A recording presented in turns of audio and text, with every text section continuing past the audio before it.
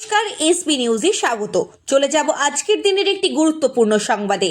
পশ্চিম মেদিনীপুর জেলার গড়বেতা থেকে শুরু হলো বিজেপির পরিবর্তন সভা।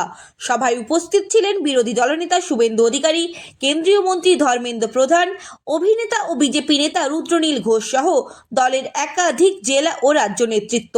সভা শুরুর আগে নেতারা গড়বেতার ঐতিহ্যবাহী সর্বমঙ্গলা মায়ের মন্দিরে পুজো দেন। এরপর মঞ্চে উঠে রাজ্য সরকারের তীব্র সমালোচনা করেন তারা। বক্তব্যে শুভেন্দু অধিকারী বলেন, রাজ্যে পরিবর্তনের সময় এসে গিয়েছে।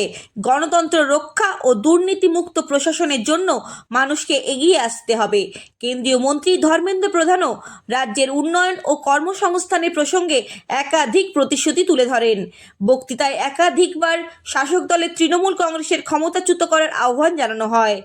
আগামী নির্বাচনে সংগঠন মজবুত করার বার্তাও দেন নেতৃত্বরা। তবে এই সভাকে ঘিরে গড়বেতার বিভিন্ন এলাকায় তৃণমূলের পক্ষ থেকে ব্যঙ্গাত্মক পোস্টার দেখা যায়। পোস্টারগুলি বিজেপির সমালোচনা করার এবং কটাক্ষ করা হয়েছে বলে জানা গিয়েছে। রাজনৈতিক মহলে সভা ও পাল্টা পোস্টার দুই মিলিয়ে গড়বেতার রাজনৈতিক উত্তাপ স্পষ্ট। সব মিলিয়ে গড়বেতার মাটি থেকেই বিজেপি তাদের পরিবর্তনের ডাক আরও জোরালো করতে চাইল। এখন দেখার আগামী দিনে এই কর্মসূচি রাজ্যের রাজনীতিকে কতটা প্রভাব ফেলতে পারে। নিউজ আপডেট পেতে অবশ্যই আমাদের চ্যানেলটি সাবস্ক্রাইব করে রাখুন। আপনার একটি সাবস্ক্রাইবার আমাদের জন্য খুবই গুরুত্বপূর্ণ। আবেদন করুন। এই যে 58 লক্ষের পরে যে 7 লাখে কয়েক লক্ষ বাংলাদেশি শরণার্থীরা রয়েছেন, যাদের একটা অংশ সিএর আবেদনের নিষ্পত্তি হলেই সাথে সাথে নাম উঠে যাবে। যেদিন সিটিজেনশিপ সেদিনই ভোটাধিকার। আর যারা এখনো আবেদন করেননি, আমি অনুরোধ করব দ্রুত আবেদন করুন। ভারত সরকার, মোদিজির সরকার তাদের নাগরিকত্ব দেবেন, কারণ তারা হিন্দু এবং শরণার্থী। আর বাকি যে 60 লক্ষ আমাদের বিবেচনায় আছে জুডিশিয়াল অফিসারদের,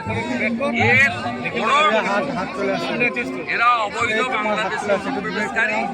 এদের না আছে বাপের ঠিক, না আছে ছেলের ঠিক, না আছে বউর সংখ্যা, অগন্তি বউ।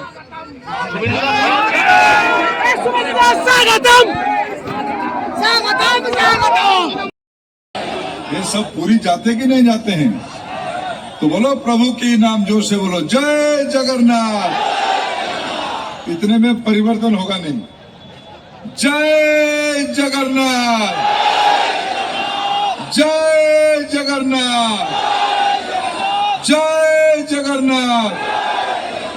भारत माता की, नरेंद्र मोदी जिंदाबाद, नरेंद्र मोदी जिंदाबाद। सभा होने वाला है, उसका आज शुरुआत यहाँ से हुआ। बीच में 3-4 हमारी दोल पूर्णिमा है, होली है।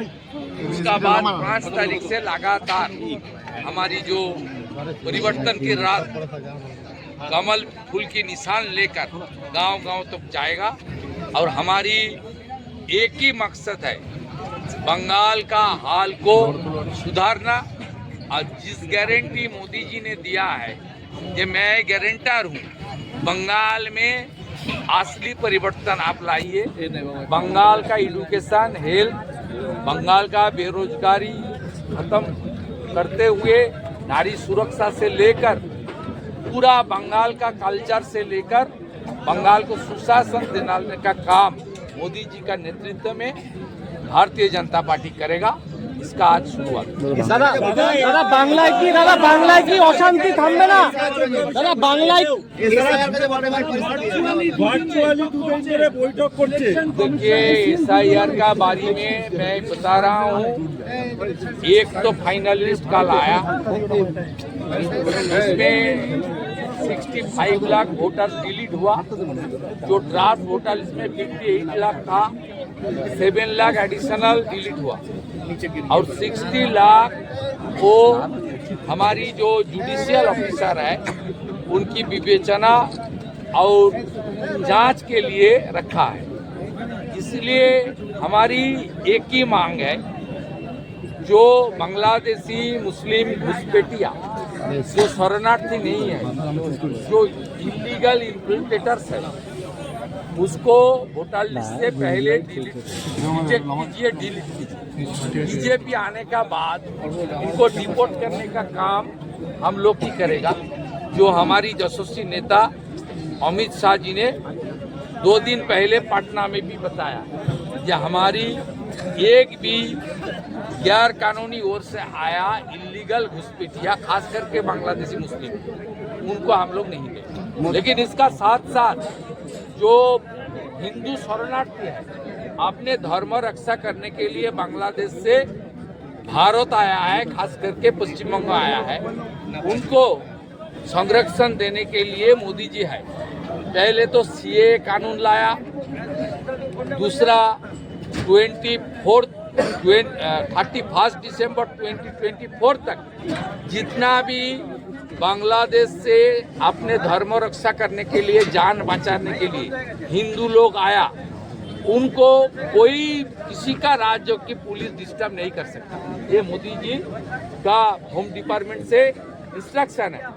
और आप जो बात बता रहा है, जो हमारी खास करके हिंदू शरणार्थी है, 2002 का बाद आया है, उनका नाम लेकर, उसमें मैं उनको सुझाव दे रहा हूँ, एक आश्वासन दे रहा हूँ, जो सीए में अप्लाई किया उसको जल्दी सीए का सर्टिफिकेट मिल जाएगा। सीए का सर्टिफिकेट मीन्स सिटीजनशिप का सर्टिफिकेट। सिटीजनशिप सर्टिफिकेट मिलते ही तुरंत उनको विदिन 24 आवर्स उनको वोटर लिस्ट में नाम भी आ जाएगा। उनका कोई दिक्कत की चिंता का बात नहीं। दूसरा, अभी भी जो लोग सीए में अप्लाई नहीं किया, उनको मैं रिक्वेस्ट कर रहा हूँ on behalf of state BJP, please आपने सीए में जल्दी आपका एप्लीकेशन डाल दीजिए। आपके लिए मोदी जी है, अमित शाह जी है, भाजपा परिवार है, कोई चिंता का बात नहीं। দাদা বলছি ভোট এলাই কি শুনেন না, নির্বাচন কমিশনের ফুল বেঞ্চ না এলেও ভার্চুয়াল মিটিং করছে এসপি ডিএমদের সঙ্গে দুদিন ধরে এবং কেন্দ্রীয় বাহিনী কি বলবেন, বাংলায় কতটা পরিবর্তন দরকার? পরিত্রাণ চাইছে, সুশাসনের পরিবর্তন আনতে চাইছে। আমরা সবাই জানি আজকে বাংলায় যে বাবা মায়েরা রয়েছেন, তারা যে বাচ্চাকে বড় করছেন, নিজেরা না খেয়ে না দেয়, কারণ কারোরই রোজগার নেই। চূড়ান্ত অব্যবস্থা, চুরি, দুর্নীতি, নীতিহীনতা এই রাজ্যের শিল্পকে তাড়িয়ে দিয়েছে। 6688টা প্রতিষ্ঠান উঠে চলে গেছে অন্য রাজ্যে। যদি সেই অফিসগুলো, কারখানাগুলো উঠে চলে যায়, তাহলে রাজ্য সরকার ট্যাক্সও পায় না, কারণ এই ট্যাক্সের টাকায় শিক্ষা হোক, স্বাস্থ্য হোক, রাস্তাঘাট হোক, এই সবটাই চলে। প্লাস এই প্রতিষ্ঠানগুলো দিয়েই মানুষের জীবন জীবিকার রুজি রুটি হয়। তো এই তোলাবাজির চক্করে, ভুল প্রশাসনিক ব্যর্থতায় যখন একটা ফ্যাক্টরিগুলো চলে যায়, ব্যবসায়িক প্রতিষ্ঠানগুলো চলে যায়, বেকার বাড়ে। তাহলে এই যে বাবা মা, তিনি হিন্দু হোক, মুসলমান হোক, যে কোনো ধর্মের, যে কোনো পেশারই হোক, তিনি নিজে না খেয়ে না দিয়ে তার যে ছেলে মেয়েকে বড় করছে, সেটা কি পরিযায়ী শ্রমিক বানাবার জন্য, অন্য রাজ্যে পাঠাবার জন্য পশ্চিমবঙ্গের বাবা মায়েরা তার সন্তানকে বড় করছেন? এ তো চরম দুর্ভাগ্যের। বিভিন্ন জায়গায় ভোটের আগে হঠাৎ করে মমতা বন্দ্যোপাধ্যায়ের সরকারের যে মানুষকে এতদিন ধরে লুট করলেন, তাদের জন্য হঠাৎ করে তার প্রেম, আবেগ, ভালোবাসা উতলে পড়ে, ভাতা দিতে চায়। আমরা কেউ ভাতার বিরুদ্ধে নই, কিন্তু এত অল্প ভাতা কেন? আর যে মানুষটা যোগ্য, তিনি শ্রমিক হতে পারেন, চাকুরিজীবী হয়ে উঠতে পারেন, যে যোগ্যতা রয়েছে, তাকে তার কাজটা না দিয়ে শুধুমাত্র ভাতা দিলে সমাজ পিছিয়ে যায়। আপনার যখন অধিকার নিজের যোগ্যতায়, সেটা আপনি হাতের কাজ জানুন বা পড়াশোনা দিয়ে জানুন। আপনি অন্য রাজ্যে চলে যাওয়ার জন্য পশ্চিমবঙ্গে জন্মেছেন, নিরাপত্তা নেই, না আদিবাসী জনজাতি মানুষের, না মহিলাদের, না সাধারণ মানুষের। রোজগার করবার জন্য ছেলে মেয়ে যখন বিজেপি শাসিত বা অন্য রাজ্যে চলে যাচ্ছে, সেখানে বৃদ্ধ বাবা মাকে ধমকি দিচ্ছে তৃণমূলের নেতারা যে সস্তায় বাড়ি বেচে দাও, নাহলে বুড়ো বুড়ি তোমাদেরও নিশ্চিহ্ন করে দেব। এই পরিবর্তনটা কি মানুষ চেয়েছিলেন 11-য়? তো তাই আসল পরিবর্তনটা দরকার। এটা মানুষ ঠিক করে নিয়েছেন যে তৃণমূল থাকা মানে পশ্চিমবঙ্গের যে জনজীবন তা স্তব্ধ হয়ে যাওয়া। তাই এটাকে সরিয়ে নানা রকমের শুধুমাত্র ভাতা নয়, যে জনমুখী যে প্রকল্পগুলো নিয়ে 28টা রাজ্যের মধ্যে 20টা রাজ্যে যেখানে বিজেপি এবং বিজেপির সহযোগী সরকার মিলে সেই রাজ্যগুলো চালাচ্ছে, সেখানে যে যে প্রকল্পগুলো একের পর এক প্রকল্প, শুধুমাত্র ভাতা দিলেই সমস্যা মেটে না। আবার বলছি, ভাতার বিরোধিতা নয়, যারা দুর্বল নিপীড়িত তাদের তুলে ধরবার জন্য ভাতার তো প্রয়োজন আছে। আমরা বলছি যে আমরা এলে ভাতা থাকবে, কিন্তু তার সঙ্গে সঙ্গে সেই যুবক বা সেই মহিলাদের কর্মসংস্থান করা হবে। কেন? কেন্দ্রের যে প্রকল্পটা রয়েছে লাখপতি দিদি, যেখানে মহিলাদের স্বনির্ভর যে গোষ্ঠীগুলো রয়েছে, সেলফ হেল্প গ্রুপগুলো রয়েছে, যার মাধ্যমে প্রায় 2 কোটি মহিলাকে রোজগার করার বন্দোবস্ত দিয়ে দিয়েছে, যেখানে তাদের এই 1,500 টাকার উপরে নির্ভর করতে হবে না। সেই মা বোনেরা লাখপতি হয়ে উঠবেন বছরে।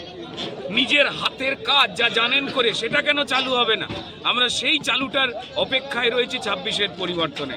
যারা যুবক রয়েছেন তাদের PM কৌশল, দীনদয়াল উপাধ্যায় স্বনির্ভর যোজনা, তাদের কাজ শিখে লোন পেয়ে প্রতিষ্ঠান বানিয়ে যাতে তারা শুধু বেকার ভাতাতেই না থেমে থাকতে পারেন, নিজেদের রোজগার করতে পারেন, সেই প্রকল্পগুলো চালু করছে।